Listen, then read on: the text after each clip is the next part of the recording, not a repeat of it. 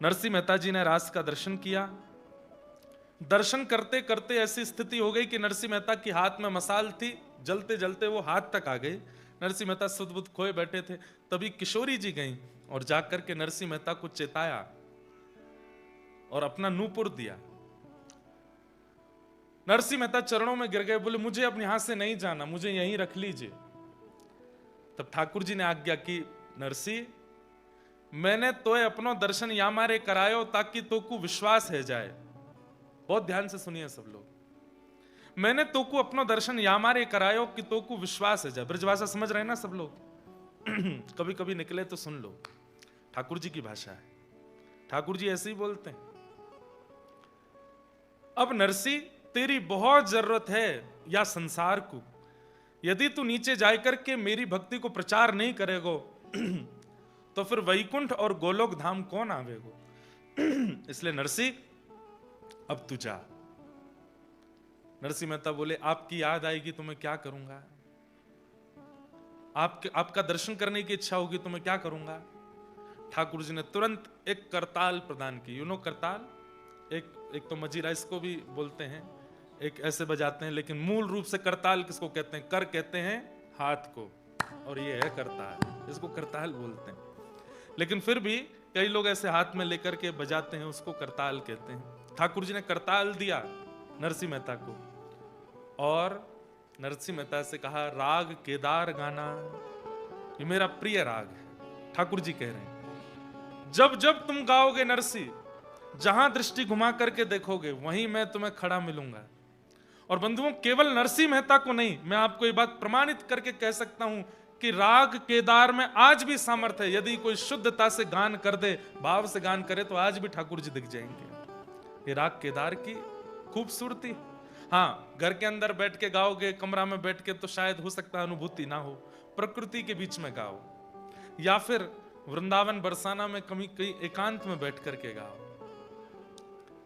राग केदार गाओ। नरसिंह मेहता को राग भी दिया और वह राग सिखाया भी ठाकुर जी ने। यह भी समझने वाली बात। नरसिंह मेहता छोटे से, उनको कहां संगीत आता है? राग दिया भी ठाकुर जी ने, तो फिर नरसिंह मेहता बोले नाथ ये गाना कैसे है? तो फिर ठाकुर जी ने गा के सिखाया भी, ऐसे गाना है। और अब नरसिंह मेहता लिए करताल, हाथों में करताल है, पैरों में प्रिया जी ने नूपुर पहना दिए हैं, श्री किशोरी जी ने नूपुर पहना दिए हैं। और अब नरसिंह मेहता बस वही करताल बजाते हैं, नूपुर बजाते हुए पुनः जूनागढ़ चले गए। ठाकुर जी ने आज्ञा करके भेजा है कि तुमको अभी भक्ति का प्रचार करना है, इसलिए तुम अभी यहां नुकुंज में नहीं रुको, जाओ वापस। और नरसिंह मेहता वापस जूनागढ़ आ गए। ठाकुर जी का दर्शन हुआ, लौट करके आए नरसिंह मेहता। अब तो जित देखूं उतित श्याममयी, जहां देखते हैं वहीं ठाकुर जी दिखाई देते हैं उनको। कहां जाएं? तो घर गए अपने बड़े भैया के पास, भाभी के पास। जैसे ही पहुंचे, नरसिंह मेहता के वैसे ही चिड़े हुए थे भैया भाभी दोनों। और अब ये पैरों में नूपुर देख करके, हाथ में करताल देख करके, और इनकी वेशभूषा जो भक्तों की सी बनी हुई थी, उसको देख करके तो भाभी और भैया दोनों और गुस्सा हो गए। अरे हमने तो सोचा था कि तू मर गया होगा, तो लौट के आ गया फिर से। और ये क्या पहन के, ये घुंघरू पहन करके कहां घूम रहा है, और ये क्या हाथ में ले रखा है? नरसिंह मेहता ने दंडवत प्रणाम किया दोनों भैया भाभी को। ये ठाकुर जी को पुकारवे को यंत्र है, ये करताल है और ये नूपुर है। जब करताल बजाते बजाते, कीर्तन करते करते नृत्य करते हैं, तब नूपुर की ध्वनि बजती है। इससे प्रिया प्रियतम प्रसन्न होते हैं, इसलिए मैं इनको पहन के आया हूं। भैया जोर से उपहास करने लगे, अरे राम राम राम, ये क्या कर रहा है? चल चल, तुझे राजा के पास ले चलता हूं, राजा से कहूंगा वो तुझे थोड़ी नौकरी दे देंगे, 2-4-5 रुपया महीना कमा लेगा, तेरा भी जीवन कट जाएगा, ये सब उतार दे, क्या पहन के घूमता है? नरसिंह मेहता बोले भैया ये तो नहीं उतारूंगा मैं, क्योंकि जिन्होंने पहनाया है वो बहुत विशेष है। कौन माने नरसिंह मेहता की बात? भाभी चिल्लाने लगी, बोले मैं ऐसे नहीं रहने दूंगी इसको घर में। पहले ही इसके कारण हमारा पूरा अपयश होता रहा है पूरे नगर में, और अब इसको ये घुंघरू पहन के घूमेगा, करताल बजाता घूमेगा, सब इसको क्या क्या बोलेंगे, और इसकी वजह से हम लोगों को कलंकित करेंगे।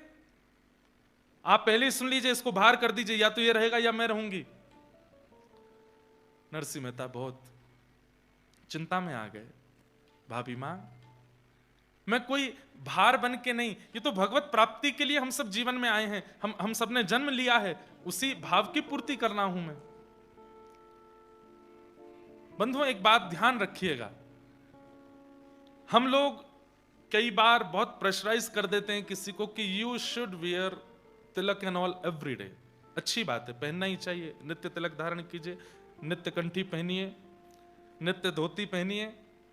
पर कभी कभी ऐसा होता है कि देखिए, मेरे साथ ये चीज डिस्टर्बिंग नहीं है, मैं रोज तिलक धारण करूं, रोज कंठी पहनूं, रोज धोती पहनूं, उसमें कोई दिक्कत नहीं, क्योंकि मेरा जीवन भी कृष्ण है, मेरे प्राण भी कृष्ण है, मेरा प्रोफेशन भी कृष्ण है, मेरा सब कुछ कृष्ण बन चुके हैं, इसलिए मुझे इतनी दिक्कत नहीं। पर आजकल के युवा जो कॉलेज भी जाते हैं, अपनी पढ़ाई आदि भी करते हैं, उनको तिलक धारण करने में अगर वहां उपहास सहना पड़ता है, तो या तो वो प्रहलाद जी की तरह, नरसिंह मेहता की तरह इतने बोल्ड बन करके रहें कि तुम चाहे जितना मजाक उड़ाओ, हम फिर भी तिलक धारण करेंगे, हम फिर भी शिखा रखेंगे, हम फिर भी धोती पहनेंगे।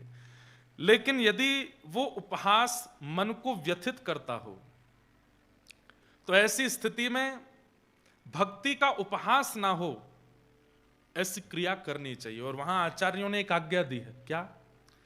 कि आप हाथ में जल लेकर के, आप अपने गुरुदेव का स्मरण करके और जल का तिलक धारण कर लीजिए। दैट इज इनविजिबल, लोगों को नहीं दिखेगा, ठाकुर जी को तो दिखेगा कि मेरो है, तो वो आप धारण करके जा सकते हैं। लेकिन घर वापस आते ही पुनः आपको तिलक धारण करना पड़ेगा। जो लोगों को तिलक धारण करने की विशेष परम इच्छा चित्त में होती है, उन लोगों के लिए ऐसा कर सकते हैं। या तो वो पहनिए, उसके लिए चाहे लड़ना पड़ जाए, दुनिया से लड़ जाइए, लेकिन फिर भी आप उस उपहास को अगर सह नहीं पाते हैं, आप इस प्रकार से तिलक धारण कर सकते हैं। नरसिंह मेहता जी ने मन में विचार किया कि अकेले मेरा उपहास होता तो मैं सह लेता, लेकिन यहां पर करताल का, नूपुर का, संकीर्तन का, भक्त भेष का अपराध हो रहा है, ये मैं नहीं सह पाऊंगा। और नरसिंह मेहता ने अपने भैया भाभी को प्रणाम किया, बोले मैं घर छोड़ के जा रहा हूं। तो बोले तू जा रहा है, इसमें तेरी भलाई होगी। नहीं नहीं नहीं, हम निकाल रहे हैं, हम तुझे घर से निकाल रहे हैं। सोचिए, बोले अगर ये कह के जाएगा कि मैं जा रहा हूं, तो नगर के लोग कहेंगे कि उसने घर छोड़ा, इसमें इसकी भलाई मानी जाएगी। ऐसा करो कि हम तुझे निकाल रहे हैं। और नगर के लोगों को पता चले तो हल्ला करते हुए नरसिंह मेहता को घर से निकाल दिया। सब लोगों ने समझ लिया कि नरसिंह को घर से निकाल दिया है। नरसिंह मेहता जी बोले भैया मेरे तो ठाकुर जी हैं, अब वही मेरा जीवन चलाने वाले हैं, वही मेरी रक्षा करने वाले हैं, देखेंगे क्या होता है। गांव के बाहर एक धर्मशाला थी, उस धर्मशाला में जाके नरसिंह मेहता रहने लगे। वहीं बैठ करके अपना भजन करते थे। तभी पास के एक गांव में एक ब्राह्मण रहते थे, उनकी बेटी का नाम था मणिक गौरी। तो मणिक गौरी ने अपने पिता से कहा था कि मैं ऐसे वैसे किसी से ब्याह नहीं करूंगी, मैं ऐसे से ब्याह करूंगी जिससे ब्याह करके मेरे भजन में वृद्धि हो, मुझे भगवत मिलन में और सहायता हो। मुझे धनवान नहीं चाहिए, मुझे रूपवान नहीं चाहिए, मुझे साधक भक्त व्यक्ति चाहिए जिससे मैं ब्याह करूं। पिताजी बोले ऐसा लड़का कहां मिलेगा, जगह जगह ढूंढते रहे, कहीं नहीं मिला। तो उन पिता ने ठाकुर जी की आराधना की, ध्यान से सुनिएगा, खूब आराधना की और कहा कि मेरी पुत्री जैसा वर चाहती है वैसा वर इस संसार में मिलेगा। एक दिन ठाकुर जी पहुंच गए स्वप्न में और उनसे जाकर के बोले पास का एक स्थान है जूनागढ़, बोले हाँ, वहां धर्मशाला में एक रहता है, नागर वंशीय ब्राह्मण है, उसका नाम है नरसिंह मेहता, तुम्हारी बेटी का उससे ब्याह कर दो। सोचिए, everything is designed and scripted by Thakur ji of Narsinh Mehta. हम लोग अपने जीवन का निर्माण स्वयं करते हैं, इसलिए जीवन में आने वाली विपत्ति भी हमको ही सहनी पड़ती है। लेकिन नरसिंह मेहता ने ऐसा समर्पण किया है ठाकुर जी को कि सब कुछ ठाकुर जी डिजाइन कर रहे हैं। क्या खाना है, क्या पहनना है, कहां जाना है, किससे मिलना है, कब बैठना है, ये सब कुछ ठाकुर जी डिसाइड कर रहे हैं। यही असली भक्त का स्वरूप होता है। मैं बहुत प्रशंसा के रूप में नहीं कह रहा हूं या अभिमानवश नहीं कह रहा हूं, पर हमने भी अपने लाल जी को अपना जीवन अर्पित कर रखा है। वो जैसा चाहते हैं वही होता है। उनकी इच्छा के बिना इस तन के ऊपर वस्त्र भी नहीं आता, ये निश्चित बात है। उनकी इच्छा के बिना मैं विदेश में भी कहीं नहीं जाता। नायरोबी आने के लिए भी पर्ची डालनी पड़ती है कि आप चलोगे, वो हाँ बोलते हैं तो ही आते हैं। और भी जहां कथाएं होने हैं सब जगह की, भारत में तो अब नहीं जाते लाल जी, अब विवाह के बाद लाल जी का विवाह हो गया, तब से लाल जी घर विराजने की ज्यादा संभावना। बाकी ईच एंड एवरीथिंग सब लाल जी डिसाइड करते हैं कि क्या होना है क्या नहीं।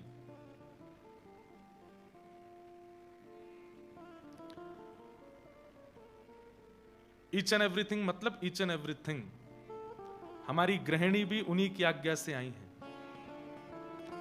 ये भी उन्हीं की आज्ञा है।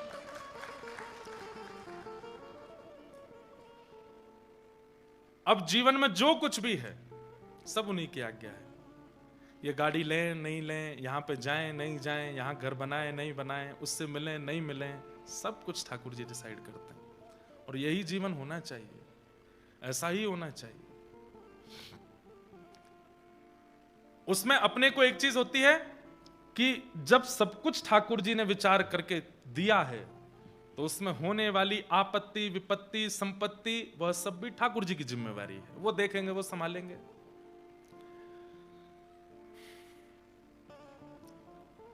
ठाकुर जी ने आज्ञा करके ब्राह्मण देवता को कहा कि अपनी बेटी का विवाह तुम वहां कर दो नरसिंह मेहता से, जाओ।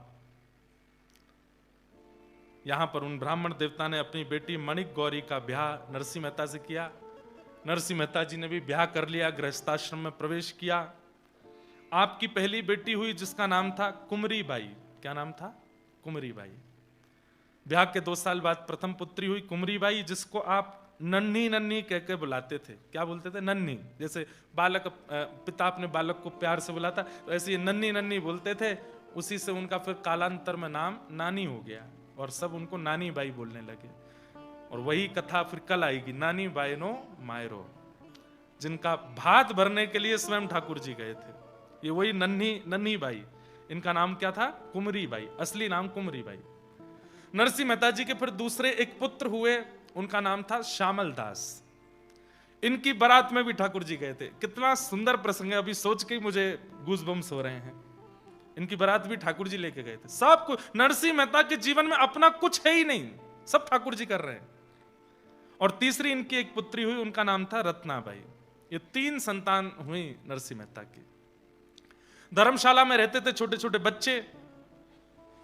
तो एक दिन पत्नी ने कहा, हम भक्ति करते हैं, भजन करते हैं, ठाकुर जी की सेवा करते हैं, आप प्रवचन करते हो। अपनी पत्नी बच्चों को प्रवचन सुनाते थे नरसिंह मेहता, और फिर कीर्तन करते थे। बोले सब अच्छा है, पर ये धर्मशाला में बच्चे रहते हैं, मैं रहती हूं, कोई भी आ जाता है, कोई भी, तो इससे थोड़ा मुझे लगता है कि कैसे करें, कहीं हम घर नहीं बना सकते। नरसिंह मेहता बोले, देखो देवी, हम अपने लिए घर बनाएं ये हमारा स्वभाव नहीं, ठाकुर जी के लिए घर बनेगा, और ठाकुर जी कृपा करेंगे तो ठाकुर जी के लिए घर बनेगा। अब जब तक ठाकुर जी को धर्मशाला में बढ़िया लग रहा है तब तक रहेंगे, जब ठाकुर जी की इच्छा होगी तो घर में भी जाएंगे। मतलब इतनी सी भी अपनी इच्छा नहीं है, ठाकुर जी की इच्छा। तभी एक सेठ उस धर्मशाला में आए, नरसिंह मेहता जी से मिले, उनका प्रवचन सुना। प्रवचन सुन के बड़े प्रसन्न हुए, दक्षिणा प्रदान की। नरसिंह मेहता जी की पत्नी ने भोजन बना करके उनको पवाया। वो सेठ जी बोले, मैं बहुत प्रसन्न हूं नरसिंह जी, आप यदि आज्ञा करें तो मैं आपको जूनागढ़ में जगह खरीद के घर बनवा के दे दूं। पत्नी की तो आंख खुल गई, बोले कि बोल दो, ठाकुर जी ने भेजा है। नरसिंह मेहता बोले, देखो हमको तो घर नहीं चाहिए, हमको तो कहीं नहीं रहना है, पर ठाकुर जी चाहेंगे तो। बोले नहीं नहीं, ठाकुर जी ही चाह रहे हैं, इसीलिए हम आपसे कह रहे हैं। खूब कहा। नरसिंह मेहता बोले, मैं कैसे मान लूं कि ठाकुर जी चाह रहे हैं। बहुत देर तक तो वो सेठ जी बताते रहे कई बात, लेकिन नरसिंह मेहता नहीं माने। अंत में आकर के उन्होंने अपना असली रूप दिखाया। वो कोई और नहीं, श्री अक्रूर जी महाराज थे, जो भगवान को वृंदावन से मथुरा लेकर के गए थे, ठाकुर जी के काका जी। अक्रूर जी जब प्रकट हुए देव रूप, जब नरसिंह मेहता ने देखा, बोले आप कौन है? बोले मैं अक्रूर हूं, ठाकुर जी को मथुरा से, वृंदावन से मथुरा में ही लाया था, वहां से फिर यहाँ द्वारिका में भी मैं हूं, मैं काका हूं ठाकुर जी का। ठाकुर जी ने ही मुझे भेजा है कि नरसिंह के लिए एक भवन निर्माण करो, आपकी कुछ रिक्वायरमेंट बता दो। नरसिंह मेहता बोले, हमारी तो एक ही रिक्वायरमेंट है कि हमारे घर में कोई भी आवे तो उसको ये ना लगे कि ये घर है, उसको ये लगे ये तो कोई मंदिर है, उसको ये लगे ये तो कोई साधना का स्थान है, उसको ये लगे यहां संत कभी भी रह सकते हैं। संत निवास होना चाहिए, ठाकुर जी के कीर्तन का स्थान होना चाहिए, यज्ञ मंडप होना चाहिए, भोजनशाला होनी चाहिए, सेवा के लिए कोई भी राहगीर, क्योंकि जूनागढ़ बीच में है, एक तरफ सोमनाथ, दूसरी तरफ द्वारिका, तो दर्शनार्थी आते जाते रहते हैं, दर्शनार्थियों की रहने की उत्तम व्यवस्था, उनकी सेवा की, मतलब अपने लिए कुछ नहीं चाहिए, ऐसा भवन बनाओ। अक्रूर जी महाराज द्वारिका के एक प्रकार से छोटे सेनापति हैं, वो ऐसा भवन निर्माण कराया उन्होंने कि जूनागढ़ के लोगों की आंखें खुली रह गई। अद्भुत भवन। लेकिन नरसिंह मेहता वहां जैसे ही पहुंचे, जाकर के प्रणाम किया, ठाकुर जी को विराजमान किया, पत्नी बच्चों के साथ प्रवेश किए, रात भर सोए नहीं। पत्नी बोली क्या हुआ? मन नहीं लग रहा है। क्यों?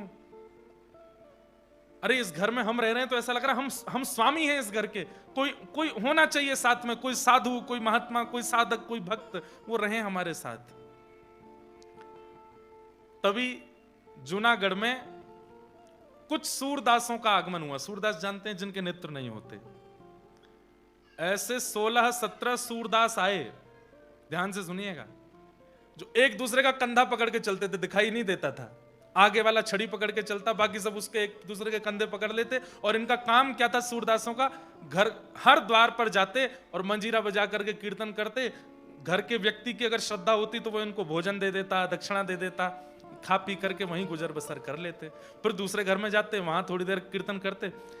ऐसे एक दिन नरसिंह मेहता ने घर के बाहर देखा तो 17 सूरदास एक दूसरे के पीछे कंधा पे हाथ धरे चल रहे थे, हाथ में मंजीरा, करताल, कीर्तन जैसे ही करने लगे नरसिंह मेहता के द्वार के बाहर, तुरंत अपनी पत्नी के साथ गए, सबके चरण वंदन किए, चरण धोए, चरण धो करके माला पहनाई। नरसिंह मेहता बोले आप सब कौन हैं? बोले हम सब सूरदास हैं, ठाकुर जी का कीर्तन करते हैं, घर घर के बाहर जाकर के कीर्तन करते हैं, फिर जो मिल जाता है उससे पाते हैं। बोले आप ठाकुर जी की प्राप्ति के लिए भजन करते हो कि भोजन के लिए भजन करते हो? तो उन्होंने कहा अभी तो भोजन के लिए कर रहे हैं, पर भोजन सहज ही मिल जाएगा तो ठाकुर जी के लिए करने लगेंगे।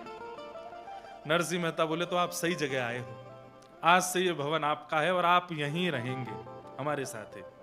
सबकी उम्र पूछी, सुनिएगा ध्यान से। क्यों उम्र पूछी?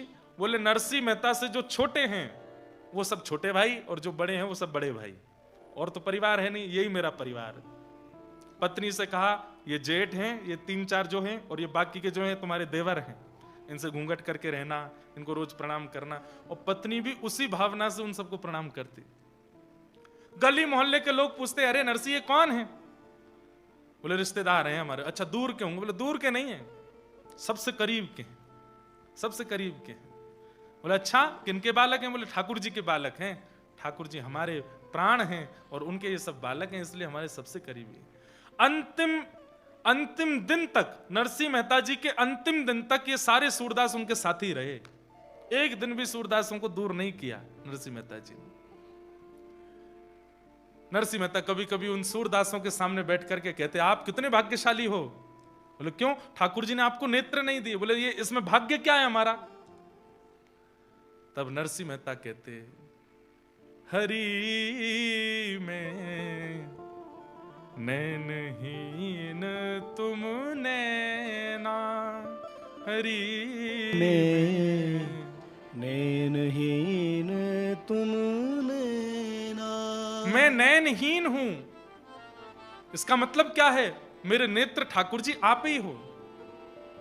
थाम उंगरिया जौन डगरिया, थाम उंगरिया जौन डगरिया, थाम उंगरिया जौन डगरिया, थाम उंगरिया जौन डगरिया। ले चालो तुम जानो,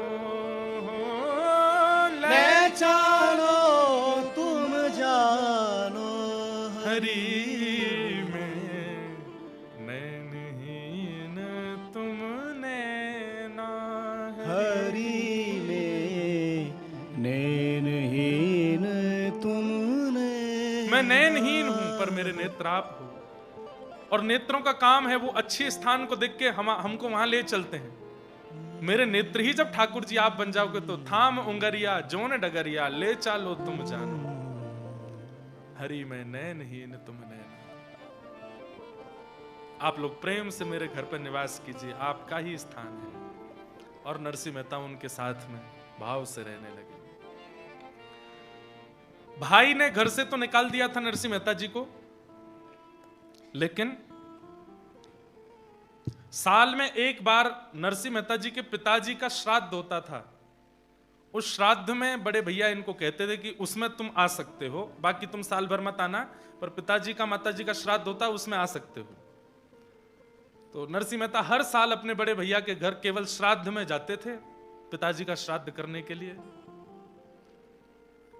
अब की बार जब बड़े भैया आए निमंत्रण देने, तो नरसिंह मेहता भाभी और उनकी पत्नी दोनों ने प्रणाम किया, घर में बिठाया। बोला अच्छा, किसी बड़े यजमान के द्वारा घर बनवा लिया आप तुमने, बहुत बड़ा घर बनवाया है।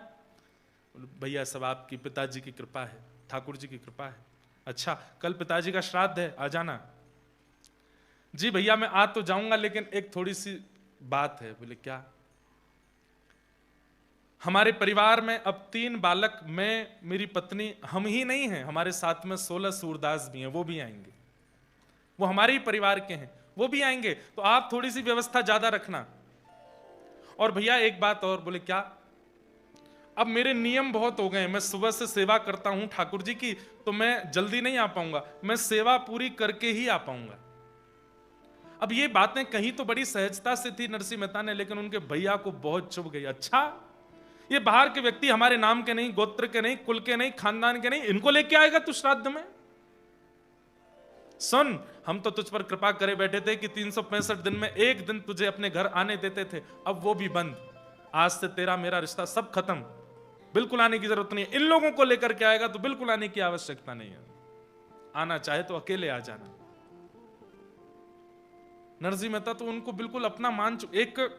एक कथा सुनाऊं। हमारे आचार्य चरण श्री रामानुजाचार्य जी महाराज, रामानुजाचार्य भगवान के सगे जामाता, जामाता मतलब दामाद, उनका नाम था श्री लालाचार्य जी महाराज। क्या नाम था? लालाचार्य। वे रामानुजाचार्य जी के शिष्य भी थे और दामाद भी थे। तो रामानुजाचार्य जी से एक दिन उन्होंने कहा, गुरुदेव मुझे कुछ आज्ञा कीजिए कि मैं आपकी उस आज्ञा का पालन कर सकूं। तो रामानुजाचार्य जी ने आज्ञा की, तिलकधारी, कंठीधारी, धोतीधारी, शिखाधारी, कमंडलधारी, त्रिपुंडधारी, जटाधारी या मुंडधारी, जो भी भगवत भक्त मिले उनको भगवान के समान मान करके उनकी पूजा करनी है। भक्तों को भगवान के समान मान करके उनकी आराधना करो, ये मेरी आज्ञा है। तो लालाचार्य जी बोले, मैं आपका शिष्य हूं, पर मैं दामाद भी हूं, तो मैं दामाद होने के नाते एक बात कह सकता हूं। तो रामानुजाचार्य जी बोले, क्या?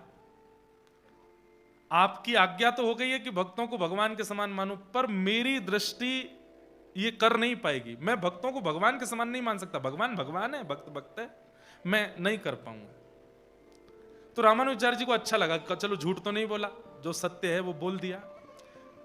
तो बोले दूसरी आज्ञा मानो। बोले क्या? भक्तों को भगवान के समान नहीं मान सकते तो भक्तों को गुरु के समान मानो। जितनी श्रद्धा निष्ठा अपने गुरु में रखते हो उतनी श्रद्धा निष्ठा भक्तों में रखो। तो लालाचार्य जी हंस के बोले, क्षमा करें, मैं ये भी नहीं कर पाऊंगा, मेरे गुरु हैं, मैं सबको गुरु रूप में कैसे देख सकता हूं?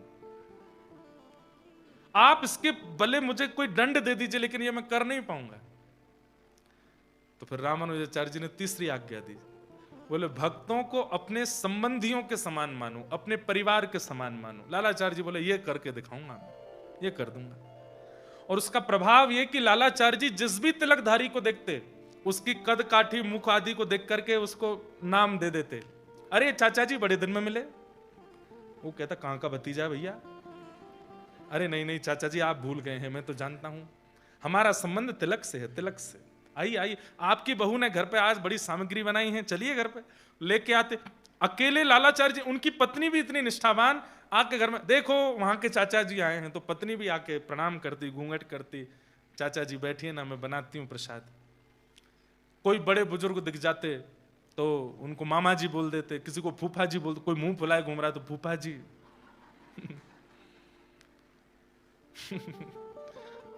आई एम सॉरी टू ऑल फूफाजीज whoever is sitting in this hall. फूफा जी थोड़े मुंह फुला लेते हैं। सबको वो संबंधी मानते थे। पूरे नगर में चर्चा था कि लालाचार्य जी की भक्ति देखो, ये सब तिलकधारियों को अपना संबंधी मानते हैं। कभी कभी तो इनकी पत्नी की सहेलियां वो उनसे मजाक विनोद कर देती, अरे घूंघट कर ले, क्यों, क्या पता तेरे दादा ससुर आ रहे हो सामने से, देख तिलकधारी आ रहा है कोई, तो वो वास्तव में घूंघट ही कर लेती, बोले हाँ तूने बढ़िया याद दिलाया, दादा ससुर ही है। एक बार ऐसा हुआ कि कावेरी नदी में एक शव बहता जा रहा था और उस शव के गले में कंठी माला थी, और तभी इनकी पत्नी जल भर रही थी, तो विनोद में फिर से सखियों ने कहा, अरे अरे देख कहीं तेरा देवर तो नहीं जा रहा मरा हुआ, देख किसी का शव बहता हुआ जा रहा है, गले में कंठी माला है।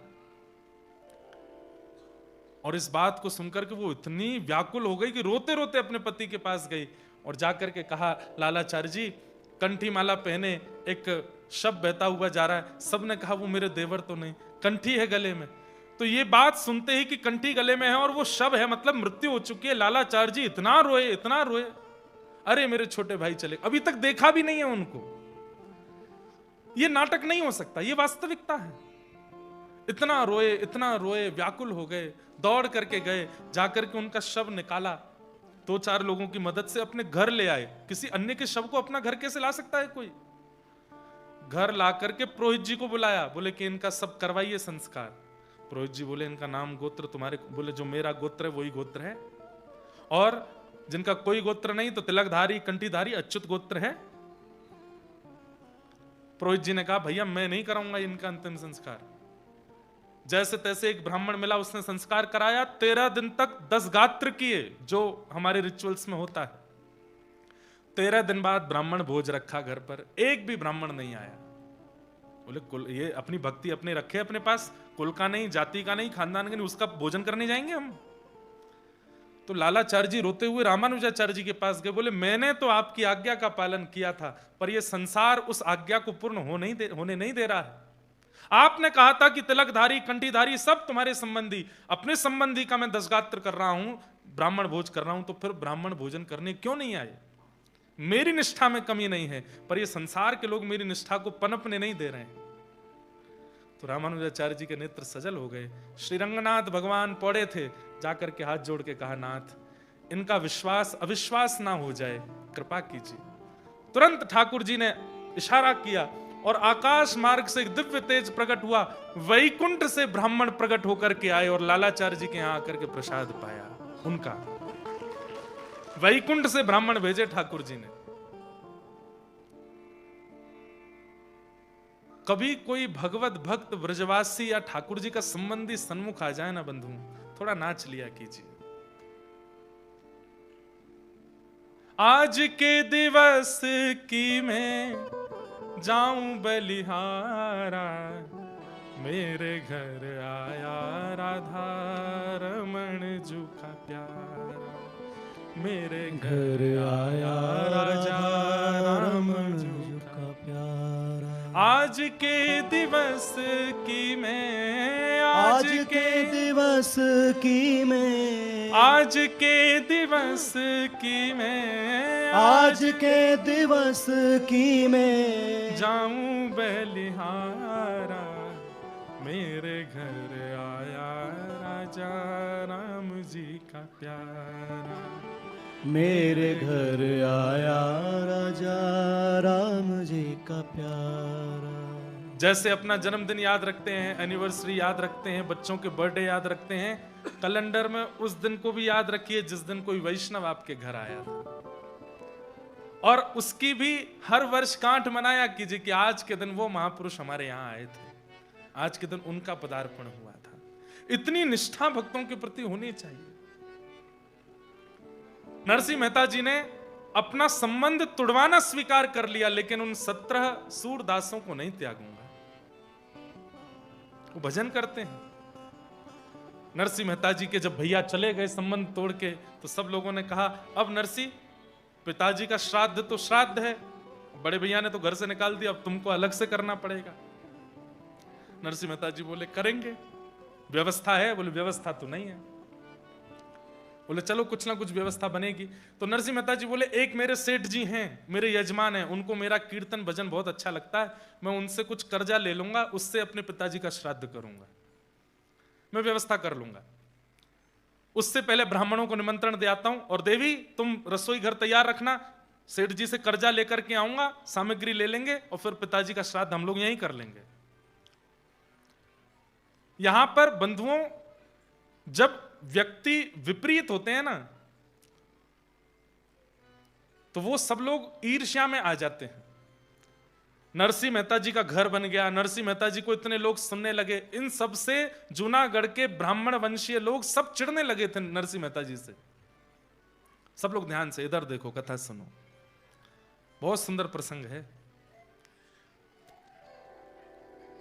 नरसिंह मेहता जी कुछ ब्राह्मणों के पास गए, अपने कुल पुरोहित के पास जाकर के कहा कल पिताजी का श्राद्ध है, आप आ जाना। तो कुल पुरोहित बोले हम तो तुम्हारे बड़े भैया को वचन दे चुके हैं, उसके पास जाएंगे, और एक दिन में 2 श्राद्ध नहीं खाने चाहिए, हम तो नहीं आ पाएंगे, कहीं और व्यवस्था करो। नरसिंह मेहता जी किसी और ब्राह्मण के पास गए, वो ब्राह्मण भी नरसिंह मेहता जी से चिढ़ता था। तो उसने कहा नरसिंह जी दाम वाम है कि नहीं है, करवा पाओगे श्राद्ध? बोले कि करेंगे सब, आप बस आ जाइएगा। बोले ब्राह्मण भोजन के लिए कुछ व्यवस्था? बोले कि हाँ 4-5 ब्राह्मणों को तो भोजन पवा देंगे, आप आज्ञा कर दीजिए किनको निमंत्रण देना। बोले तुम क्या जाओगे निमंत्रण, मैं ही बुला लाऊंगा अपने साथ, तुम जाके बस व्यवस्था करो। नरसिंह जी बोले बड़ी कृपा, आप 5 ब्राह्मणों को लेके आ जाइएगा कल। ठीक है, नरसिंह जी जैसे ही गए, उस व्यक्ति ने सोचा 5 ब्राह्मण, पूरे जूनागढ़ को निमंत्रण दूंगा कल मैं, कल तेरे यहां भीड़ होगी, तमाशा होगा और हम देखेंगे। इतने ब्राह्मण आ जाएंगे और जब नहीं पवा पाएगा नरसिंह मेहता तो फिर गालियां पड़ेंगी, तब आएगा आनंद। उस ब्राह्मण ने पूरे जूनागढ़ के ब्राह्मणों को निमंत्रण दे दिया। अरे नरसिंह मेहता ने बुलाया है, अरे हाँ हाँ बड़ा घर बन गया अब तो भैया, अब तो जरूर वो भोजन बढ़िया ही पवाएगा कुछ, कल चलते हैं उसके यहां प्रसाद पाने के लिए। यहां नरसिंह मेहता जी ने पत्नी से कहा देवी अब तुम तैयारी रखना, मैं ब्राह्मण देवता को बोले 5 ब्राह्मण कल आएंगे, एक पुरोहित जी आएंगे, और मैं सेठ जी के पास जा रहा हूं, उनसे थोड़ी व्यवस्था उधार ले आता हूं। 17 सूरदासों से भी कह गए आप भी ध्यान रखिएगा अपना। बोले हाँ ठीक है।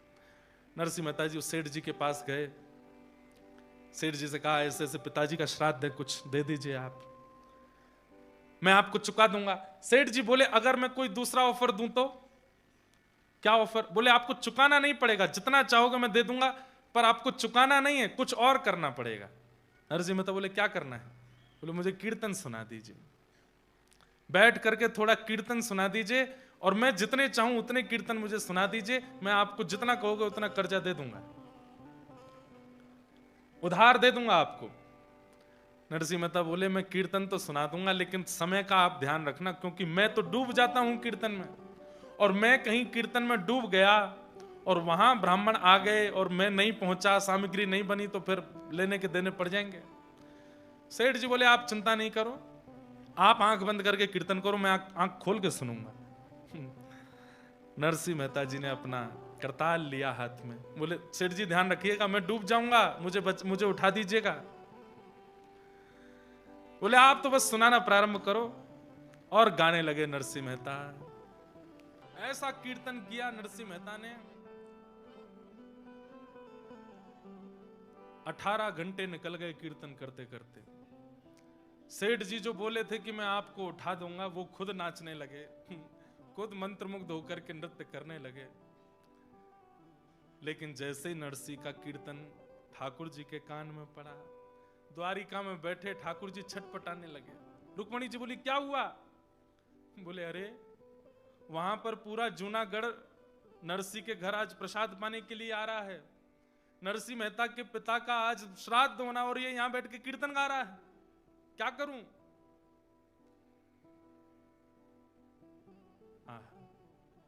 अपने जन के कारण ठाकुर जी रूप बदलते हैं। कभी ठाकुर जी कोई बन के आते हैं, कभी कोई बन के आते हैं, कभी कोई बन के आते हैं, पर इस कलिकाल में एकमात्र ऐसे नरसिंह मेहता हैं या फिर श्री जयदेव महाप्रभु हैं जिन 2 लोगों का रूप ठाकुर जी ने धारण किया, और आज नरसिंह मेहता बनकर के स्वयं ठाकुर जी उनके घर पहुंच गए। नरसिंह मेहता बनकर के ठाकुर जी आ गए। वहां नरसिंह जी कीर्तन कर रहे हैं, दोनों भुजा उठा करके। नरसिंह मेहता जैसे ही आए तो ठाकुर जी आए हैं, नरसिंह मेहता नहीं है। पत्नी ने कहा इतना विलंब कर दिया। अरे देवी अब क्या बताऊं मैं, सेठ जी तो बड़े कंजूस हैं, दे ही नहीं रहे थे, बड़ी मुश्किल से दिया है। अच्छा व्यवस्था हो गई? बोला हाँ सब व्यवस्था है, तुम तो बनाओ। उन 17 सूरदासों को भी ठाकुर जी ने जाकर के एक एक काम दे दिया, तुम धनिया काटो, तुम मिर्च काटो, तुम ये काटो। बोले कि हमारे आंख तो है नहीं। ठाकुर जी ने ऐसी मोहिनी घुमाई, बोले और कुछ नहीं दिखेगा, सब्जी जरूर दिखेगी, काटो बनाओ। सब लगे हैं सामग्री तैयार करने में। ठाकुर जी आटा गूंद रहे हैं, पत्नी यहाँ पर चढ़ा करके बढ़िया कर रही है तैयारी, सामग्री सिद्ध हो रही है। पत्नी बोली इतनी सामग्री क्यों बनवा रहे हैं, 5 ब्राह्मण आने वाले हैं। अब बोले देवी सेठ जी ने ज्यादा पैसा दे दिया है, तो मैं तो रखता नहीं हूं, तुम मेरा स्वभाव जानती हो, तो जितना दिया है उतने की सामग्री बना देते हैं, जितने ब्राह्मण पा जाएंगे अच्छा, बाकियों को बंटवा देंगे। क्योंकि ठाकुर जी तो जानते थे 4000 आने वाले हैं। सुबह का समय हुआ, सामग्री बनकर के सिद्ध बिल्कुल तैयार हो गई। ठाकुर जी सिर पर स्वापा बांध के, नरसिंह मेहता तो नहीं है, ठाकुर जी हैं। सब ब्राह्मण आए, अरे नरसिंह कहां हो? ठाकुर जी निकल के बाहर आए, आकर के पत्नी सहित सब ब्राह्मणों को दंडवत प्रणाम किया। नजर उठा के देखी तो जहां तक दृष्टि जा रही है ब्राह्मण ही ब्राह्मण। देवी बोली आपने तो कहा था 5 आने वाले। बोले मुझे पता था इतने आएंगे। वो तो बढ़िया हुआ, सेठ जी ने जितने पैसे दिए सबकी सामग्री बनी। देवी देखो सबको प्रसादी पवानी है, अब तुम जल्दी तैयारी करो, मैं पिताजी का श्राद्ध कर दूं। बंधुओं, नरसिंह मेहता का सौभाग्य है कि उनके घर ठाकुर जी आए, पर मुझे लगता है कि उनके पिता का कितना सौभाग्य है कि प्राण निकलने के बाद ठाकुर जी आज उनका तर्पण कर रहे हैं, आज ठाकुर जी उनका श्राद्ध कर रहे हैं। आज वैकुंठ में बैठे नरसिंह मेहता के पिता भी नृत्य कर रहे हैं कि अरे वाह रे नरसिंह, तेरे भक्ति के कारण आज मेरा श्राद्ध। कहते हैं पुत्र के द्वारा श्राद्ध होने से पितृ मुक्त हो जाते हैं, पिता प्रसन्न होता है, दादा प्रसन्न होते हैं। ठाकुर जी श्राद्ध कर रहे हैं। ठाकुर जी ने श्राद्ध किया विधिवत, जैसे श्राद्ध होता है बिल्कुल वैसे श्राद्ध किया। श्राद्ध के बाद में ब्राह्मणों को बैठाया। सब ब्राह्मण बोले नरसिंह कुछ है कि बस पूड़ियों पे ही जीना पड़ेगा? अरे नहीं नहीं, आपकी सब कृपा विराजी है ना। सबके लिए पाटे बिछाए गए, सबके आगे पत्तल लगाई। ठाकुर जी ने कमर पर फेंटा बांधा, लिए पत्नी के साथ परोसने लगे। 17 सूरदास बैठे थे। ठाकुर जी तुम क्या कर रहे हो? हम कैसे परोसेंगे? बोले तुमको केवल परोसने वाली पत्तल दिखेगी और कुछ नहीं दिखेगा, चलो। ऐसा भाव है नहीं, मुझको लगता है ठाकुर जी ने किया तो होगा, कहीं लिखा नहीं है, लेकिन मेरे मन में आया जब मैं इस भाव को पढ़ रहा था तो मेरे मन में आया कि ठाकुर जी ने जरूर उन 17 के साथ भी लीला तो करी होगी। सबको प्रसाद, एक नहीं 2-2 4-4 सब्जियां बनी है, 2-2 3-3 प्रकार की पूड़ियां बनी है, अमरस बना है, रायता बना है, और सब इतना स्वादिष्ट क्यों? ठाकुर जी अपने हाथ से लेकर के आए। जिनके हस्त कमलों में अमृत साक्षात विद्यमान है, ऐसे ठाकुर जी अपने हाथ से परोस रहे। ब्राह्मण पा करके बस कहते हैं, हमारे नाथ द्वार में एक बाबा हैं, सबको मिलते नहीं है, बहुत कम लोगों से मिलते हैं, ब्रज के हैं। मैं उनके पास गया तो मेरे से बोले लाला हाथ आगे कर, और बड़े आनंद में रहते हैं। वो खूब डांट फटकार भी देते हैं, मुझे भी खूब डांट देते हैं जब मैं जाता हूँ, तो हर कोई उनको सह भी नहीं पाएगा। तो मैं गया, पहले तो 3 घंटा मेरी परीक्षा ली, भागवत जी के श्लोक पढ़ो, सुबोधनी जी पढ़ो। 3 घंटा बाद मुझसे बोले चलो हाथ आगे करो। हाथ आगे किया तो कुछ प्रसादी दी, पा के बताओ ठाकुर जी ने अरोगा कि नहीं। पूछने का तरीका देखिए, हम लोग सामग्री बना के पूछते हैं कि बताओ अच्छी बनी कि नहीं, वो क्या पूछ रहे हैं? बताओ ठाकुर जी ने पाया कि नहीं, पा के बताओ। मतलब इसके स्वाद से ये बताओ कि ठाकुर जी ने भोग लगाया कि नहीं। तो मैंने पाया, मैंने कहा हाँ बाबा अच्छा है, ठाकुर जी ने पायो है। तो बोले झूठ बोल लो है, नहीं पायो ठाकुर जी। दूसरी सामग्री दी, मैंने पाई, मैंने कहा ये तो ठाकुर जी ने भोग लगाई। बोले ना ये भी भोग नहीं लगाई। तीसरी सामग्री जो उन्होंने दी पता नहीं क्या थी, मुझे याद नहीं, पर वो पाते ही मेरे नेत्र बंद हो गए और मैं पाने में व्यस्त हो गया। तो फिर बोले ये ठाकुर जी ने पायो है, ये ठाकुर जी ने अरोगो है। जहां बता दिया गया हो, वृंदावन से लौट करके अनुभव बता दिया गया हो तो समझो वृंदावन नहीं गए थे, और वृंदावन से आकर के अनुभव बता नहीं पाए हो तब समझो कि यहां वृंदावन से आए हो। कथा कैसी लगी? अच्छी लगी, बहुत अच्छी थी, बहुत बढ़िया। इतना सब बता दिया गया तो समझो कि कथा सुनी नहीं। पर कथा कैसी लगी? बोले बस शब्द नहीं है, ये सुनी कथा। आज ऐसा प्रसाद बना है कि सब ब्राह्मण सिर हिला रहे हैं, वारे नरसी वारे नरसी। जो सब चिढ़ के मारे आए थे, सब प्रसाद पा करके मुरीद हो गए नरसिंह मेहता जी के। सब अपने दोनों भुजा उठा के आशीर्वाद देने लगे। बोले अरे नरसी, तेने तो इतना तृप्त कर दिया है भैया, ठाकुर जी तेरा खूब भलो करें, तू खूब ऐसी आनंद करे। दो चार चिड़े हुए तब भी बैठे थे। बोले अरे अभी क्या, अभी तो भोजन पाया, अभी दक्षिणा की बारी है, देखते हैं दक्षिणा क्या देगा। पत्नी की भी चिंता हुई, ठाकुर जी को भीतर लेके गई। सुनिए, प्रसाद तो पवा दिया, अब दक्षिणा कैसे बांटेंगे? मैं कह रहा था ना सेठ जी ने ज्यादा दे दिया, सेठ जी ने वो भी व्यवस्था दी है।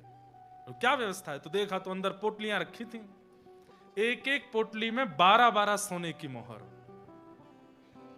पत्नी बोली मुझे लगता था सेठ जी उदार हैं, पर ये तो बहुत ही ज्यादा उदार हैं। इतने उदार? 4000 पोटली 12 सोने की मोहर, कोई आज भी नहीं कर पाएगा कोई इतना। और नरसिंह मेहता और पत्नी दोनों, आज मुझे तो कभी कभी पत्नी के लिए भी लगता है कितना सौभाग्य है। पति जब कोई अच्छा कार्य करता है, पत्नी हाथ लगाती है, वो ठाकुर जी के संग हाथ लगा रही हैं, ठाकुर जी के संग ब्राह्मणों को पूजन कर रही हैं। युगल दोनों एक साथ आशीर्वाद लेते हैं, उसका एक अपना महत्व होता है। आज नरसिंह मेहता की पत्नी के बगल में आशीर्वाद ब्राह्मणों का नरसिंह जी नहीं ठाकुर जी ले रहे हैं। कितना सौभाग्य उनकी पत्नी का। ब्राह्मण सब पोटलियां लेते हैं, बोले इतनी भारी, अरे कंकड़ पत्थर भर दिए क्या नरसिंह? नहीं नहीं नहीं, सब आपकी कृपा है। खोल खोल के देगा तो 12-12 सोने की मोहर। ब्राह्मणों के नेत्रों से आंसू निकल पड़े। सब हृदय से लगावे नरसिंह मेहता को और प्रणाम करते हुए सब लोग वहां से निकल पड़े। नगर में जाके हल्ला मचा दिया महाराज। वो कुल पुरोहित जी जो आए ही नहीं थे, वो बड़े भैया के यहां श्राद्ध खा के आए। उस समय श्राद्ध में सबसे बड़ी दक्षिणा मिलती थी 1.5 रुपया। कितना? उनको 1.5 रुपया मिला था बड़े भैया के यहां श्राद्ध खाने पर। तो वो 1.5 रुपया लेकर के ऐसे छाती चौड़ा के चल रहे थे। क्यों? बोले सबसे बड़ी दक्षिणा मुझे ही मिलती है श्राद्ध की, 1.5 रुपया, और किसी को नहीं मिलती। उनकी छाती देख करके 4000 ब्राह्मणों ने और फुलाई। बोले क्यों कर रहे हो ऐसे? 1.5 रुपया मिला, आज देखा मेरे यजमान ने कितना दिया? बोले महाराज अब बस बुलवाओ मत हमसे। नहीं नहीं बताओ। बोले 12 सोने की मोहर। अरे झूठ बोलते हो? बोले नहीं हम सत्य बोल रहे हैं, 12 सोने की मोहर, एक को नहीं सबको। 4000 लोग गए थे, सबको 12 सोने की मोहर। घिस घिस करके देख रहे हैं कहीं सोना झूठा तो नहीं है, ये तो नहीं, सब बिल्कुल सत्य निकला। बोले कैसे हो गया? मैं क्यों नहीं गया नरसिंह के यहां प्रसाद पाने?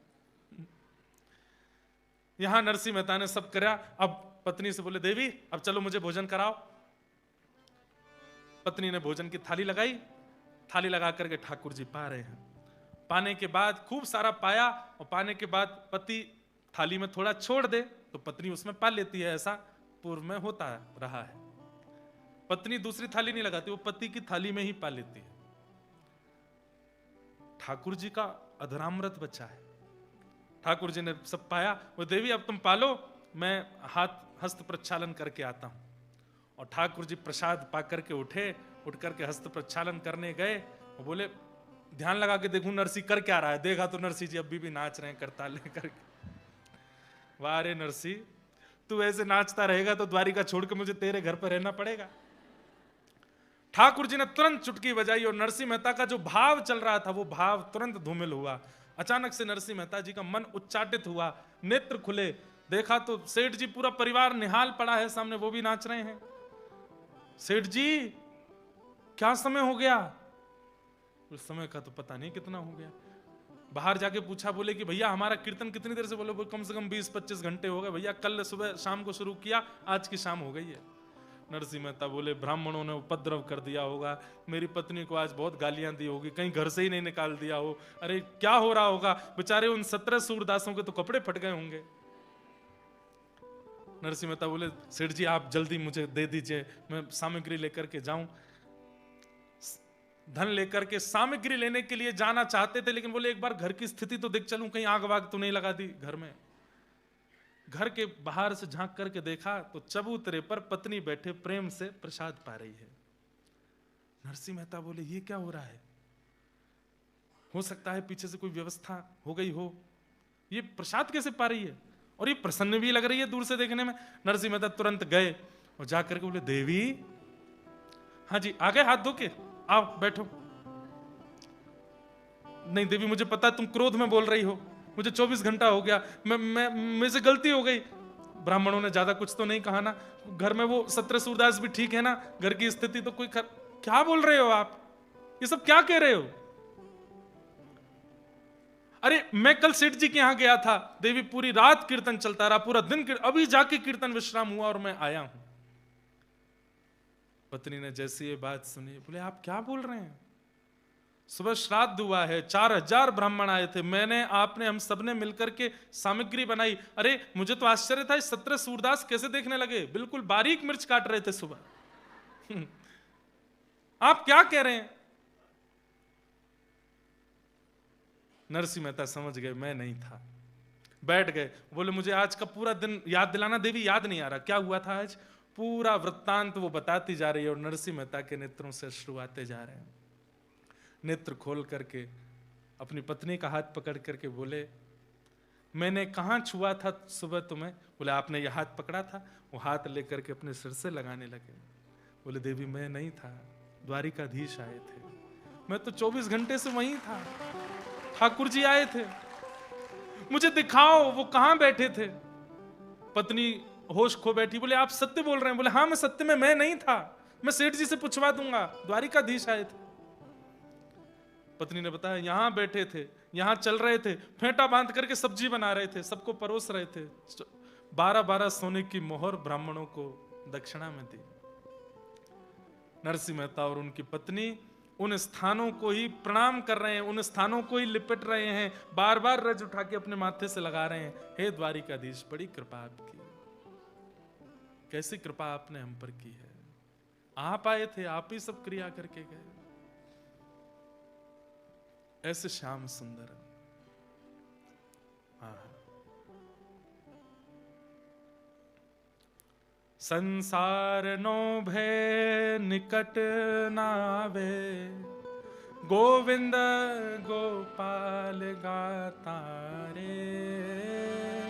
संसार नो भय निकट नावे, गोविंद गोपाल गाता रे। ते तारा नाम ने नरसैयो नित जापे, सार कर विश्व विख्याता रे। संसार नो भय निकट नावे, गोविंद गोपाल गाता रे। संसार का कोई भय उसके पास नहीं आता जो गोविंद गोपाल का गुणगान करता है। नरसिंह मेहता बस उसी गुणगान में लगे हैं, उसी भाव में लगे हैं, द्वारिकाधीश को याद कर रहे हैं। हाँ, बड़ी कृपा की है ठाकुर जी ने। कितने मिले अमीर यहाँ, कितने गरीब हो, कितने मिले अमीर यहाँ, कितने गरीब। हाँ, कितने मिले अमीर यहाँ, कितने गरीब हो, कितने मिले अमीर यहाँ, कितने गरीब। पर आप मिल गए तो, पर आप मिल गए तो, धनवान हो गया। पर आप मिल गए तो, धनवान हो गया। तेरी शरण में आके मैं धन्य हो गया। तेरी शरण में आके मैं धन्य हो गया। हे जन्मों की प्यास थी जो, जन्मों की प्यास थी जो, संपन्न हो गया। तेरी शरण में आके मैं धन्य हो तेरी शरण में आके मैं धन्य हो गया। इतने भाव में भर के श्री नरसिंह मेहता ठाकुर जी को याद करने लगे, अपनी पत्नी के साथ प्रसन्न। चिढ़ने वाले लोगों ने मन में विचार किया, अरे अपने पिता का श्राद्ध भी करने लगा, इसके साथ तो कुछ भी नहीं हो पाया, इसका तो कुछ भी नहीं बिगड़ा। तब एक योजना बनाई। अयोध्या से कुछ संत जनों की टोली द्वारिका जा रही थी। मतलब एक भक्त के जीवन में विपत्तियां आती ही रहती हैं, वो फुल स्टॉप नहीं होती। हां, एक बात है, विपत्तियां आती रहती हैं पर उसको अनुभूति नहीं होती। मैं कहा करता हूं कि भक्ति क्या है? एनेस्थीसिया का इंजेक्शन है, आपको सुन्न कर देता है। फिर जीवन में चाहे जितनी भी दुविधाएं आवें, आपके जीवन में दुविधा आवेंगी पर आपको ज्यादा उसका प्रभाव अनुभव नहीं होगा। नरसिंह मेहता जी के पीछे पड़े ही रहे सब लोग। ब्राह्मणों ने नागर वंश से निकाल दिया, पिताजी ने अपने घर से भाई ने अपने घर से निकाल दिया, सब कुछ हो चुका है नरसिंह मेहता जी के साथ, पर अभी भी नरसिंह मेहता ठाकुर जी के प्रेम में प्रसन्न रहते हैं। कुछ संत जन अयोध्या से द्वारिका जा रहे थे, बीच में जूनागढ़ बड़ा शहर पड़ा, तो किसी व्यक्ति से जाकर के कहा, हम लोग द्वारिका जा रहे हैं, हमारे पास 700 सोने की मोहर हैं। यहां कोई जूनागढ़ में ऐसा व्यक्ति है जिसको हम 700 सोने की मोहर दे दें और वो लिख करके हमें दे दे, ताकि हम द्वारिका में जाके किसी को वो लिखाई दें तो वहां हमें 700 सोने की मोहर मिल जाए, क्योंकि रास्ते में चोर डकैत बहुत पड़ेंगे, सब लुट जाएगा हमारा। इसको हुंडी कहते हैं। तो हुंडी लिखने वाले, it's just kind of cheque जैसा होता है कि आपने किसी को रकम लिख करके नीचे साइन करके दे दिया, अब वो आप उस बैंक में जाकर के उसको जमा करें, उसको पैसे मिल जाएंगे। तो पुराने समय में चेक नहीं होते थे, हुंडी होती थी। पर हुंडी में ऐसा होता था कि किसी धनवान व्यक्ति को आप 700 सोने मतलब जितने भी हो उतनी मोहर दे दीजिए, वो जिस नगर में आप जा रहे हो वहां का एक पता बताएगा, एक एड्रेस देगा और लिख करके नीचे साइन कर देगा कि इनको इतने रुपए दे देना। और वो कुछ अपनी खुफिया कुछ लिखता भी था, कोड वर्ड्स, उसको पढ़ के सामने वाला दे देता था। तो उन संतों ने कहा, हम पे 700 सोने की मोहर है, हमारी पूरी भारत की यात्रा द्वारिका में विश्राम होने वाली है, हम वहां पर बड़ा भंडारा करेंगे, लेकिन ये हमें डर है कि बीच रास्ते में चोरी ना हो जाए, क्योंकि जूनागढ़ से द्वारिका के बीच में बड़े चोर चकत्ते मिलते हैं। तो जूनागढ़ में अगर कोई हुंडी लिखने वाला हो तो उसका नाम बता दो। उन मन चले लोगों ने एक दूसरे का मुंह देखा, बोले एक ही है यहाँ तो। कौन? नरसिंह मेहता। बोले अब आएगा मजा, अब नरसिंह के पास ये जाएंगे, जाकर के उससे हुंडी लिखवाएंगे और 700 रुपए इसको दे देंगे, 700 सोने की मोहर, और उसको हुंडी लिखनी पड़ेगी और फिर वो फंसेगा। इन्होंने कहा, देखो हमारे नगर में सबसे बड़ा आदमी एक ही है, नरसिंह मेहता, लेकिन भैया उसका नियम है, वो 1000 सोने की मोहर से नीचे की हुंडी नहीं लिखता। आपकी कितनी है? भैया हमारी तो 700 है। 700 भी बहुत बड़ी बात थी, लेकिन नरसिंह को फंसाना है ना, फिर तो आपका काम नहीं हो पाएगा। एकमात्र नरसिंह मेहता है जिसकी द्वारिका में गद्दी है, और यहां पर जितने भी हुंडी लिखने वाले हैं उनकी द्वारिका में कोई गद्दी नहीं है। नरसिंह मेहता ही लिख सकता है, लेकिन वो 1000 सोने की मोहर से नीचे लिखता नहीं है। बोले अब हम क्या करें, हमें बता दो। बोले आप तो जाकर के 700 सोने की मोहर उसके चरणों में रख देना, वो लाख मना करे उसके चरण पकड़ लेना, वो ये भी कहेगा कि मेरी कोई गद्दी नहीं है द्वारिका में, आप तो पीछे पड़ जाना। बोले आप कृपालु हो, दयालु हो, संतों पर कृपा नहीं करोगे? चरण धो के पीने लग जाना उसके, क्योंकि जानते हैं कि संत जब ऐसा करेंगे तो नरसिंह बेचारा रो के अंत में स्वीकार कर ही लेगा, खूब मना करेगा, लेकिन आप करके ही मानना। नरसिंह मेहता जी तो रोने लगे, उनके चरण धोने लगे, आहा नंद नंदन के प्यारे मेरे घर आए हैं, जबकि रोज ही आते हैं, लेकिन हर बार भी उनका उत्साह कम नहीं होता। जैसे रोज किसी के घर संत आते हो तो निश्चित होगा कि 3-4 संतों के बाद में अब इच्छा कम होने लग जाएगी, उतना उत्साह नहीं रहेगा। पर नरसिंह मेहता तो हर दिन उसी उत्साह में रहते हैं, जैसे मानो पहली बार कोई उनके घर आया हो। खूब तिलक माला इत्यादि लगा करके चरण धो करके खूब सुंदर किया। तो आपस में वो सब संत क्या कानाफूसी करने लगे। बोले इनको किसी ने बता दिया है कि हम हुंडी लिखवाने आए हैं, इसलिए हमारे पाँव वाँव धो के हमको मना रहे हैं कि हुंडी न लिखवाऊं। इनको पता चल गया है कि हम हुंडी लिखवाने आए हैं। तुरंत उन संतों ने उल्टे नरसिंह मेहता के पैर पकड़े, बोले नरसिंह जी हमारी एक समस्या का समाधान करो। अरे अरे अरे आप मेरे चरण क्यों पकड़, क्या बात है? बोले हमें पता है द्वारिका में आपकी गद्दी है, आप हमारी हुंडी लिख दो। हुंडी? और मैं सुबह भोजन कर लूं तो शाम का ठिकाना नहीं रहता, रात को भोजन कर ले तो अगले दिन का, मैं हुंडी लिखूंगा आपकी और मेरी गद्दी द्वारिका में? किसने बहका दिया आपको? बोले हमें सब पता है, ये सब बात आप बोलोगे ये भी हमें पता है। हमें बता दिया गया था कि वो कितना भी मना करें चरणों में, हमें पता है आप 1000 सोने की मोहर से नीचे हुंडी नहीं लिखते, पर हम गरीब, हम संत जन हैं, हमारा तीर्थ यात्रा पूरी द्वारिका में होगी, वहां हमें भोजन प्रसादी करना है, बीच में कोई धन लूट लेगा हमारा, ये 700 सोने की मोहर है, हमें पता है हम आपके योग्य, 1000 हुंडी, 1000 सोने की मोहर नहीं 700 है, लिख दीजिए ना। नरसिंह बोले पर मेरी कोई गद्दी नहीं है द्वारिका में, मैं किसकी सौगंध खा के बताऊं? बोले हमें यह भी बताया था कि वो सौगंध खाने को तैयार हो जाएगा, पर फिर भी उसी से ही हुंडी लिखवाना। नरसिंह जी जानते तो थे कि जूनागढ़ के लोग कुछ ज्यादा ही प्यार करते हैं मुझसे। जब वे संत रोने लगे तो नरसिंह जी से सहा नहीं गया। हे द्वारिकाधीश, मेरा द्वारिका में कोई गद्दी नहीं, आप ही हो मेरे तो, और तो कोई है नहीं। ठीक है, लाइए 700 सोने की मोहर, पर मेरा एक नियम है। आपको किसी ने कहा कि मैं हुंडी लिखता हूं, बोला मेरा नियम है कि मैं हुंडी के पैसे लेके पहले उन्हें खर्च करता हूं, ये मेरा नियम है। संत जन बोले ये कौन सा नियम है? बोले देख लीजिए एक बार।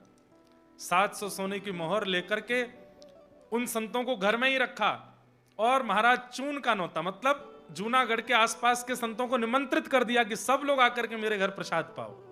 700 सोने की मोहर से कम नहीं तो 5-10 हजार साधु महात्माओं का प्रसाद करा दिया नरसिंह मेहता ने, और उन संतों से ही परोसवाया। सबकी प्रसादी होने के बाद, दक्षिणा वितरण करने के बाद, जब 700 सोने की मोहर बिल्कुल जीरो हो गई, शून्य, तब एक पर्चा लिया और उसमें लिया, हे मेरे प्राण आधार जीवन आधार, मेरे प्राण प्रिय सांवलिया सेठ श्री द्वारिकाधीश, मैं आपका दासानुदास नरसिंह मेहता 700 सोने की मोहर आपकी कानी से ले ली है, इन संतों को भेज रहा हूं, कृपा कर हो मारी हुंडी स्वीकारो महाराज रे सांवरा गिरधारी। मारी हुंडी स्वीकारो महाराज रे सांवरा गिरधारी। हमें गुजराती ज्यादा आती नहीं है, जितनी आवे सुन लीजिए। हे मारी हुंडी स्वीकारो महाराज रे सांवरा गिरधारी। ओ मारी हुंडी स्वीकारो महाराज रे सांवरा गिरधारी। मारी हुंडी स्वीकारो महाराज रे सांवरा गिरधारी। ओ मारी हुंडी स्वीकारो महाराज रे सांवरा गिरधारी। सांवरा गिरधारी। सांवरा गिरधारी। सांवरा गिरधारी। ओ सांवरा गिरधारी। माने एक छे थारो आधार रे सांवरा गिरधारी। ओ मारो एक छे थारो आधार रे सांवरा गिरधारी। ओ माने एक छे थारो आधार रे सांवरा गिरधारी। ओ मारो एक छे थारो आधार रे सांवरा गिरधारी। हे मारी हुंडी स्वीकारो महाराज रे सांवरा गिरधारी। ओ मारी हुंडी स्वीकारो महाराज रे सांवरा गिरधारी। नरसिंह मेहता लिख रहे हैं, नाथ मैंने 700 सोने की मोहर लेकर के संतों की प्रसादी कर दी है। क्यों? क्योंकि आप तक किसी भी वस्तु को पहुंचाने का एक ही जरिया है, संत जन। मैंने 700 सोने की मोहर संतों को पवा दी है, इसका मतलब आपके पास पहुंच गई है। तो द्वारिका में लाज रखना, जब ये सब आ जाएं तो इनको कैसे भी करके 700 सोने की मोहर दिलवा देना। देखा, ठाकुर जी तक कोई भी वस्तु पहुंचानी हो तो ठाकुर जी के प्रियजनों को दे दो, ठाकुर जी के प्रियजनों को पवा दो, ठाकुर जी के प्रियजनों को मान कर दो, उनसे प्रेम कर लो, तो मतलब ठाकुर जी को पहुंच जाती है वो वस्तु। जैसे व्हाट्सएप जरिया है अपनी बात अपने प्रेमी तक पहुंचाने का, ऐसे ही जितने भी हरिजन हैं, हरि भक्त हैं, ये सब ठाकुर जी के व्हाट्सएप हैं। इन्हीं पर ही सारे मैसेज टाइप कर दिया करो, जो ठाकुर जी को बोलना है, जो ठाकुर जी के प्रति कहना है, जो भाव आपका है, वो सब इन्हीं को दे दो। हे मारी हुंडी, हे मारी हुंडी, हे मारी हुंडी स्वीकारो महाराज रे सामड़ा गिरधारी। ओ मारी हुंडी स्वीकारो महाराज रे सामरा गिरधारी। हे माने एक छे थारो आधार रे सामड़ा गिरधारी। ओ माने एक छे थारो आधार रे सामरा गिरधारी। नरसिंह मेहता ने लिख तो दिया, लेकिन संत जन तो हो गए चिंता मुक्त और नरसिंह मेहता की नींद उड़ गई। अब क्या होगा? ये सब संत जन जब द्वारिका जाएंगे और वहां मेरी कोई गद्दी नहीं मिलेगी, इनको 700 सोने की मोहर नहीं मिलेंगी, तो क्या होगा? अरे मुझे मारेंगे इस बात का डर नहीं था उनको, उनको ये डर था कि कहीं ये लोग शोक में आकर के प्राण ना त्याग दें, गोमती जी में डूब ना जाएं, समुद्र में प्राण ना त्याग दें, क्योंकि संतों की कोई कमाई तो है नहीं।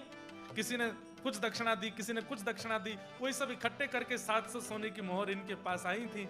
पर अब मैं क्या करूं, मेरे पास आ गए, अब मुझे सबको पवाना पड़ा, अब इनको मिल जाए बस कैसे भी कि हे ठाकुर जी, ओ माने एक छे थारो आधार रे सामड़ा गिरधारी। ओ माने एक छे थारो आधार रे सामरा गिरधारी। संत जन कीर्तन करते हुए द्वारिका पहुंचे, हफ्ता भर 10 दिन में द्वारिका पहुंचे, जाकर के द्वारिकाधीश के दर्शन किए। बोलो द्वारिकाधीश।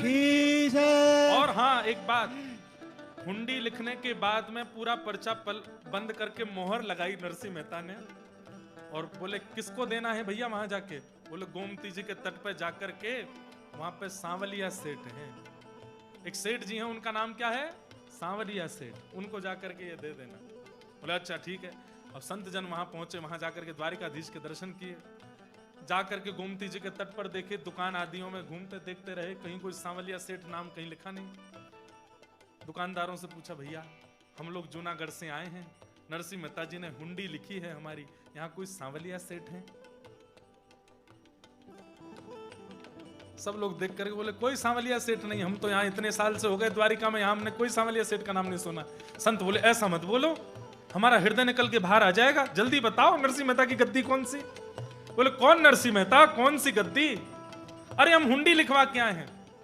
अरे तो हुंडी लिखने वाले अन्य शहरों में हैं, जूनागढ़ में कोई हुंडी लिखता है ये तो हमने कभी सुना भी नहीं है। संत जनों में 2-4 को तो बीपी हाई हो गया। बोले हमको तो पहले ही शंका लग रही थी, जब हम हाथ पांव जोड़ रहे थे, कह रहे थे हमारी हुंडी लिख दो, वो मना कर रहा था बार बार। एक संत रोता रोता बोला वो सब तो दूर की बात, हमारी 700 सोने की मोहर हमारे सामने पूड़ी बना के खिला दी उसने, वो मिलेंगे भी नहीं दोबारा, और वो तो बोल देगा कि मैंने तो तुम्हारी तरफ से संत भोज करा दिया। अब क्या होगा? गली गली घूम करके, गली गली ढूंढ करके जब बिल्कुल पस्त हो गए, हार गए, गोमती सागर तट पर जाकर के बैठ गए और रोने लगे। अरे भैया कहां है सांवलिया सेठ? तब आहा, श्री प्रियादास जी बहुत सुंदर वर्णन करते हैं, ठाकुर जी सांवलिया सेठ का रूप धारण कर रहे हैं। कैसा रूप धारण किया? माथे पे लपेटी राखी अटपटी पाग मोटी।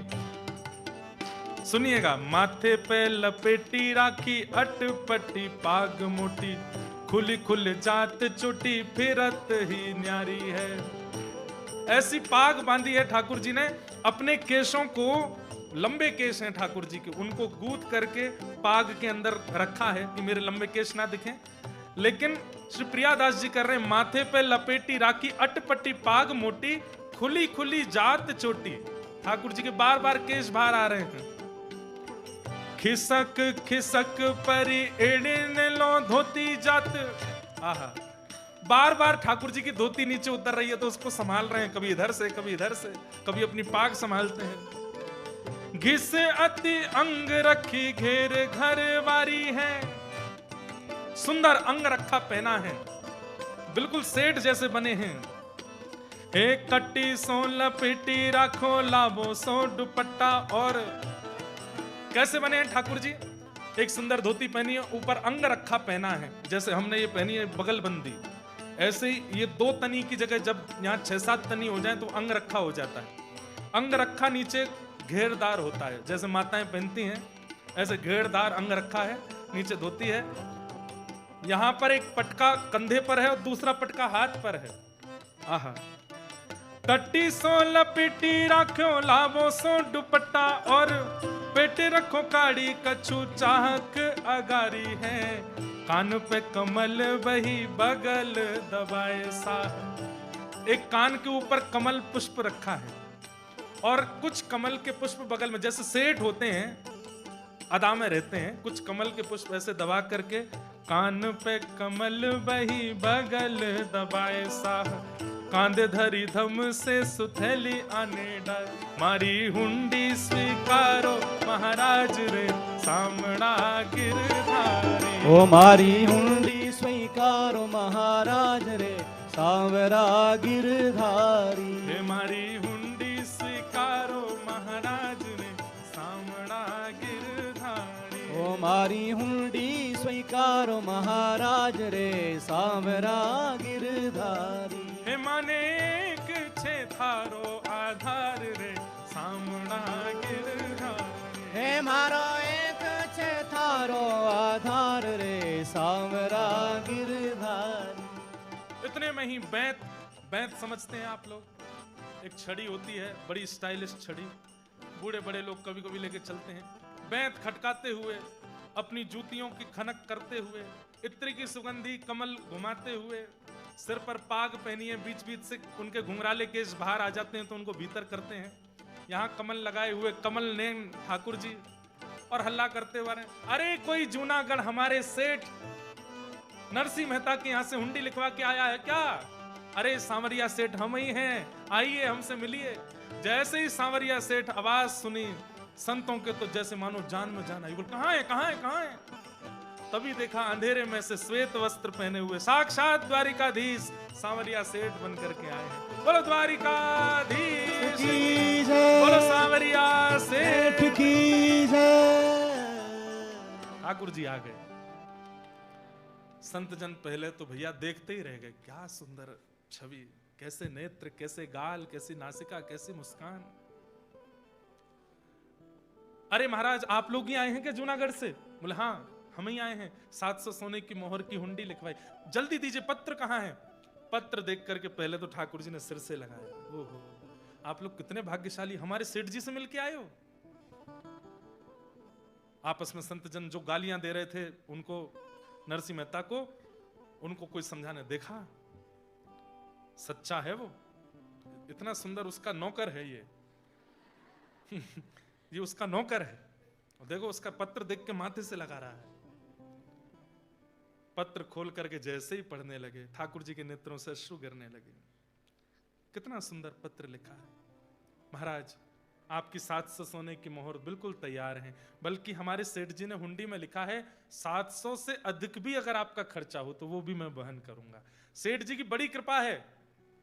तो एक ने पूछ लिया, बोले ये जो जूनागढ़ वाले नरसिंह मेहता इनका कारोबार क्या है, इतनी बड़ी इनकी? बोले कारोबार तो हमको पता नहीं, हम तो छोटे मोटे उनके नौकर, हमको वो बताते नहीं है, पर इतना मैं बता सकता हूं कि द्वारिका की गद्दी उनकी समस्त गुजरात की गद्दियों में सबसे छोटी गद्दी है, इससे बड़ी बड़ी गद्दियां हैं उनकी। वो तो बहुत बड़े सेठ हैं भैया, हमें तो उनके दर्शन ही नहीं मिल पाते हैं। आप लोग, मैं आपके चरण छू लूं जरा। ठाकुर जी चरण छू रहे, संतों को पहले लेकर के गए ठाकुर जी अपने भवन में। रुक्मणी आदि भी सब रूप बदल के वो सेठानी बन के खड़ी हैं।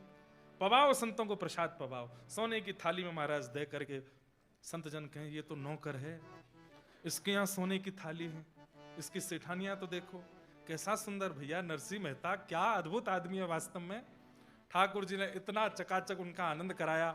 700 सोने की मोहरों से जो संत भोज करना था तीर्थ यात्रा की पूर्णता पर, ठाकुर जी ने स्वयं उन संतों की इससे बड़ी तीर्थ यात्रा की पूर्णता क्या होगी कि ठाकुर जी स्वयं परोस रहे हैं पंगत में, सब संतों को परोस करके, सबको दक्षिणा दे करके। अरे कम से कम 7000 सोने मोहर, इतने का सब हुआ खर्चा, और सब ठाकुर जी ने वहन किया। संतों ने कहा अब हमारा वापस जाने का समय आया है, आप हमें जाने दीजिए। तो ठाकुर जी बोले हमारे सेठ जी के लिए मैं भी एक पत्र लिख दूं। और ठाकुर जी ने विपरीत पत्र लिखा और पत्र में नरसिंह मेहता जी को अपना प्राण कह करके कहा, मेरे प्राण प्रिय नरसिंह, दुनिया ने मुझे चितचोर कहा, दुनिया ने मुझे चोर अग्रगण्य कहा, पर तुमने मुझे सेठ कह करके बुलाया है, तुमने मुझे सांवरिया सेठ बना दिया।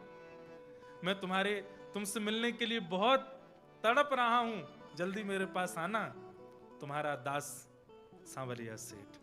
और लिख करके ठाकुर जी ने मोहर लगा करके दे दी। संतों को क्या पता कि ये भक्त भगवान की वार्ता, उनको तो लगा ये नौकर और स्वामी हैं। वहां लौट करके संत जन जैसी गए, नरसिंह मेहता ने दूर से देखा। नरसिंह मेहता पत्नी से बोले बोरिया बिस्तर मांगो, भगो यहां से, ये मारने आ रहे हैं हमको। वे तो नाचते गाते हुए आ रहे थे। नरसिंह मेहता ने जैसे ही देखा, भगवान मुझे क्षमा कर दीजिए, आप कुछ कहें उससे पहले मैं ही क्षमा मांग लेता हूं। बोले क्षमा, हृदय से लगो हमारे। अरे भैया, तुम्हारा नौकर कितना सुंदर था, वो सांवरिया सेठ कितना बढ़िया, उसके घर, उसकी सेठानियों, हम संत जन हम तो बिल्कुल मर्यादा में रहते हैं, बिल्कुल, पर उसकी सेठानियां भी इतने शिष्टाचार से, इतने व्यवहार से सब पवा रही थी। आप सब क्या कह रहे हैं? बोले हाँ, उन्होंने पत्र दिया। पत्र खोल करके जैसे ही नरसिंह मेहता ने देखा, नेत्र सजल हो गए। मेरी हुंडी स्वीकार ली है, किसने? सांवरा गिरधारी। नरसिंह मेहता जी तो नाचने लगे, आनंदित हो गए, प्रसन्न हो गए, उन संतों के साथ नाचने लगे। अब मैं क्या सत्य बताऊं आपको कि आप किससे मिलकर के आए? अरे भैया, वो नौकर नहीं है, वो सबके स्वामी है, साक्षात द्वारिकाधीश आए थे। मेरी कोई हुंडी नहीं है वहां पर, मेरी कोई गद्दी नहीं है, मेरा कोई नौकर नहीं है। मैंने आपके उस पत्र में द्वारिकाधीश से प्रार्थना की थी कि आप ही लाज बचाइए, वही आए। और सब सत्य नरसिंह मेहता ने बताया। संत जन धन धन्य हो गए। बोले हमने तो, इससे बड़ी तीर्थ यात्रा का समापन क्या होगा कि प्रत्यक्ष ठाकुर जी का दर्शन हमको नरसिंह मेहता तुम्हारी वजह से हो गया। नरसिंह मेहता जी ने कहा अब आप लोग भी यहीं रुक जाओ, हमारे भवन में ही रहो हमारे साथ। और उनको भी वहीं रोक लिया। ऐसे नरसिंह मेहता अपनी पत्नी के साथ खूब सुंदर ठाकुर